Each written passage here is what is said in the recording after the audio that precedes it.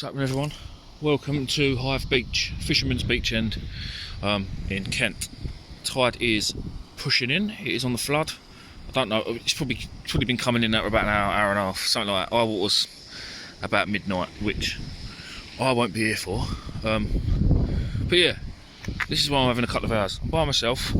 I come and picked up a load of bait tonight. I've also just picked up my new rod that I saw on Facebook. It was cheap enough.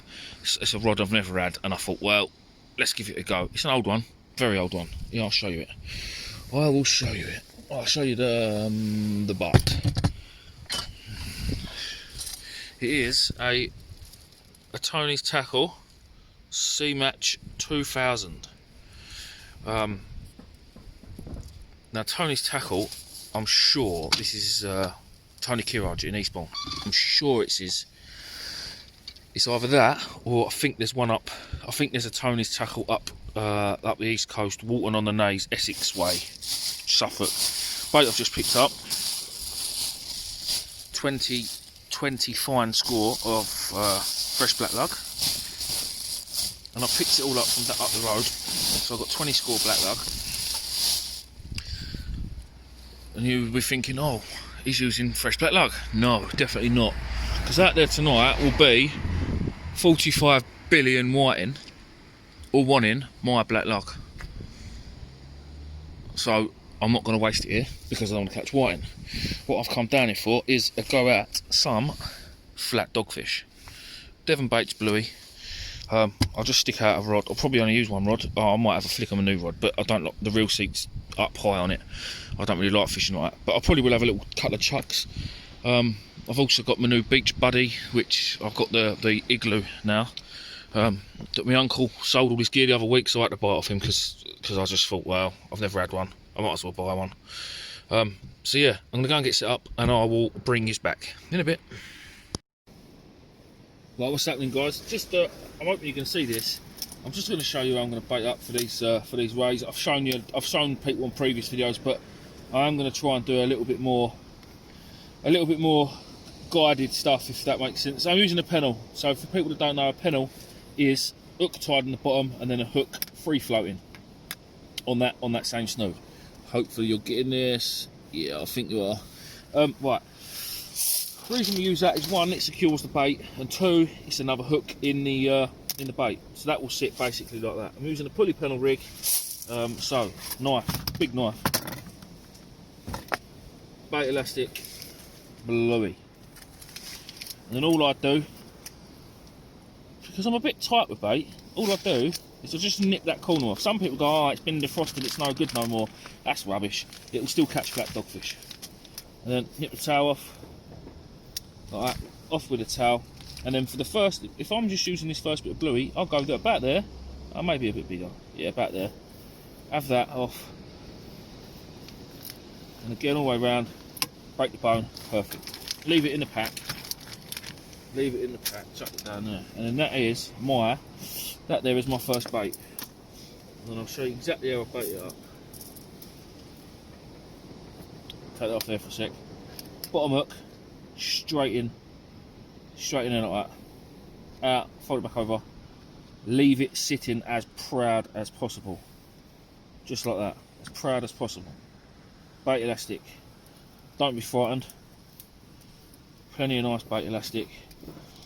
Most importantly, get a decent amount of bait elastic around the eye of the hook, because that will stop it from twisting and going into the bait and masking the hook point.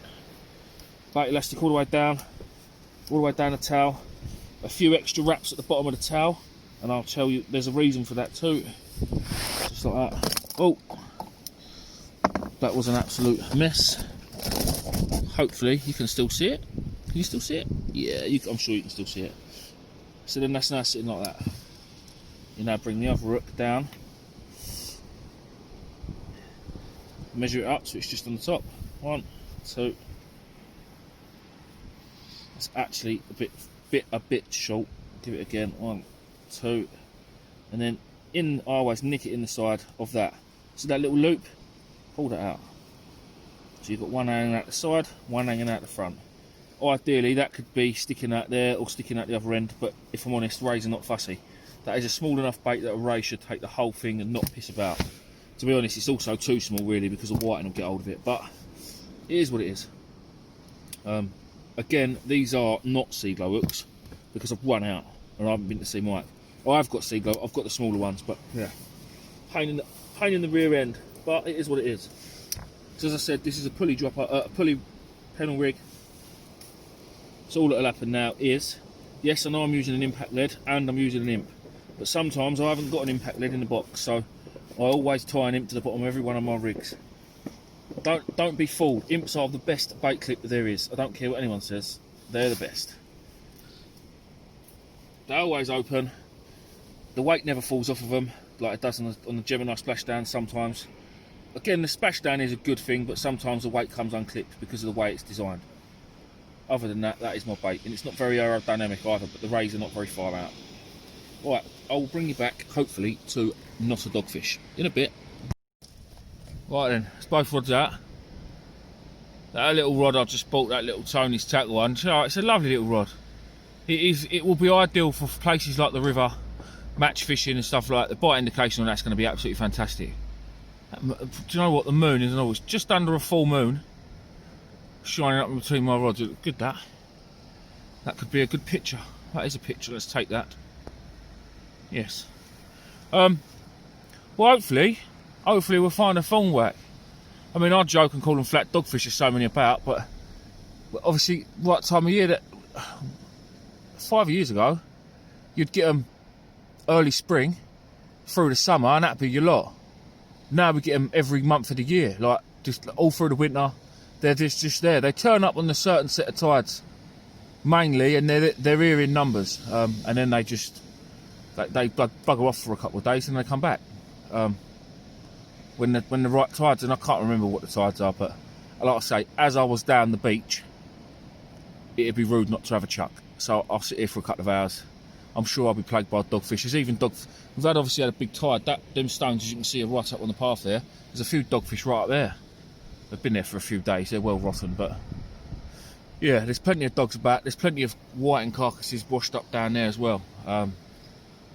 So there's loads of fish about. Like I say, it's mainly going to be white and dogfish.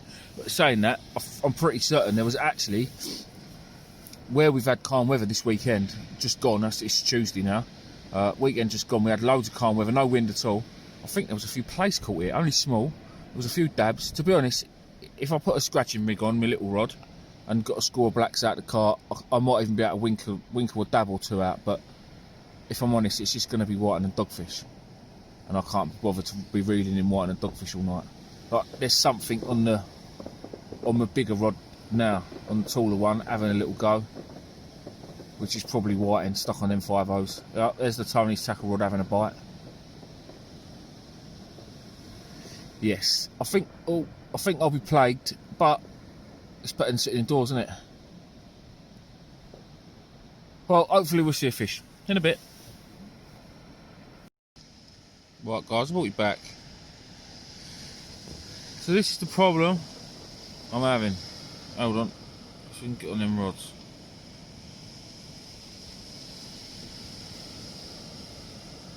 Oh look, it would stop. Literally, before I got my phone out of my pocket, they was constantly biting. Look, there's the bigger rod going. There's the smaller rod going. But it's whiting. It is whiting. Now I've just reeled in both these rods. It's second cast now, so I've still not been here that long really. Both second casts. One of the whiting that came in, on the smaller rod, looked a little bit maybe mullered. Now the rays down here have been known, they will take a whiting. Whether they'll take the whiting or they're smelling the leftover bait and the whiting is on the hook, it's just in the way or not, I don't know. But if you are fishing for rays, they will crunch. They'll crunch up a whiting, no doubt about it. No doubt about it. So it might just be worth leaving it on there just for that extra 10 minutes, because let's face it, the smell is there. That little rod's tapping away. The smell is there. The whiting are not going to get in the Raymond's way. That is for sure. They will crunch it up like it is nothing, like you'll eat a cheese sandwich. it's just so annoying when you're fishing for other fish. This is why whiting, people can't understand why I hate whiting and dogfish so much. Well, one of them could easily be a dogfish. Reason being, I'm here fishing for rays, and I can't keep a rod in the water for 5 minutes or more without it being attacked by whiting or a dogfish. That's why people don't like them. It's not that we don't like catching fish. So when you hear people slagging them off, it's because when you're there for something else, whiting's really not what I want to catch tonight. Look at the bites. Look, it's got a lovely bite indication on it. Yeah, it's just one of them. Whiting is not what I want. If I wanted to catch whiting, I'd put a 2-hook rig on. I'd be banging out worms all night, or bits of squid, because squid would do the job just as much at the minute. There's so many of them about. But it'd probably be a worm cut in half on each hook, wang it out, let it hit the bottom, and then start reading it again, because you'd have a whiting on. Because it's literally that thick and fast. There's just so many of them here. But anyway, you've seen a few bites, so I will bring you back in a bit. Well, so I just reeled in. After all them bites, I probably left it another 10 minutes. Nath rang me and I've been talking to him about a few bits and bobs. Reeling in, felt a lot of weight. Nothing pulling back, just the odd tap, lunge. But anyway, I thought, you never know, this could be a ray. It's too heavy to be a whiting.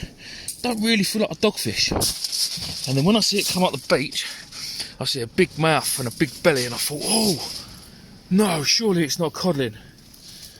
Oh well, it wasn't a codling, it was a big whiting and a little whiting. So I saw the mouth of the whiting wide open, and then I see this, but underneath in the darkness it just looked like it had a big belly, but it wasn't. It was a big whiting, which is quite a big whiting. I've got to stop talking about whiting. 30 plus centimetres, 30, 36, and a little dude. But this just goes to show you how greedy they are. So this is 2 big 5-0s. This one's gone right for his nose, look.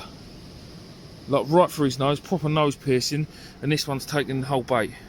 Both of these whiting are now dead. What can you do? There was no way a ray was going to take that as a live bait. Let's go. This one's still going absolutely off its nuts. So we'll get that one in a minute. But yeah, just again, just little things. Whiting are very, very greedy. So sometimes, like I just said to you about leaving it out there for a ray, there's no way a ray's going to get on that unless it actually wants to eat the whiting, and then it's got to chomp through quite a lot of whiting to be able to actually get it in its mouth. To get hooked that's what I mean. So yes, hopefully we'll get a ray tonight, because I'm sick of going fishing and not catching what I want to catch. In a bit. Right folks, I think that's me for tonight. What was come up, I've literally had 3 casts all night, 3 casts on each rod. I've been here, I don't know, probably about 3 hours. I've been on the phone to Mike actually most of the time, old Westy. We've just been talking about life, and you know how it is. He's a good mate, he is, Westy. He is a good mate. We've had our ups and downs over the years, but he's someone that's always on the other end of the phone, and everyone needs that. I mean, it's not just Mike. I've got a few of my mates that are like that, are always there for me. And to be honest, I don't know what I'd do without them. But yeah, we have a good old chat. We do have a good old chat. Again, no fish really. I've had whiting, obviously, plenty of whiting. In fact, I think I've reeled whiting in every cast, and I'm pretty certain there's one left on this little old rod that I've just bought. But yeah, I didn't really expect anything else tonight. I literally came down here to pick up a new rod, so I thought, well, as I'm down here, I'm going to have a little fish. This is my new shelter, the Igloo. It's massive. I'm not a massive fan of them, to be honest. I never was a massive fan of them. I always prefer, I mean, most of you seen my little red one, the Ron Thompson one, literally the Beach Buddy. You just flick it out and fold it and it's done, it's there. You chuck your stones around the skirt of it and it's all done. But this one, to be fair, there's a lot more room in this one, a hell of a lot more room. Well, look, there's a hell of a lot more room in it. Hell of a lot more room in it. I could get 2 boxes in there, to be fair. But yeah, it is what it is. I will be doing something at the weekend. Hopefully I'll be out on a sib. Hopefully. This video will go, you'll probably see this one Friday. So yeah, Friday night you guys will be watching this one. You've seen the midweek video, which was absolutely shocking, and I'm really sorry I went on and on and on and on, and there was no real fish. Well, there weren't no fish at all, but it was really cold and the crabs were an absolute pain in the rear end. So hopefully we will get on the sib tomorrow. Well, for you guys it'll be tomorrow, Saturday, Sunday, and I'll get a video up for you at the end of the weekend. Thanks for watching. Please keep subscribing and keep liking the videos, because it all helps. It really does. Cheers all. In a bit.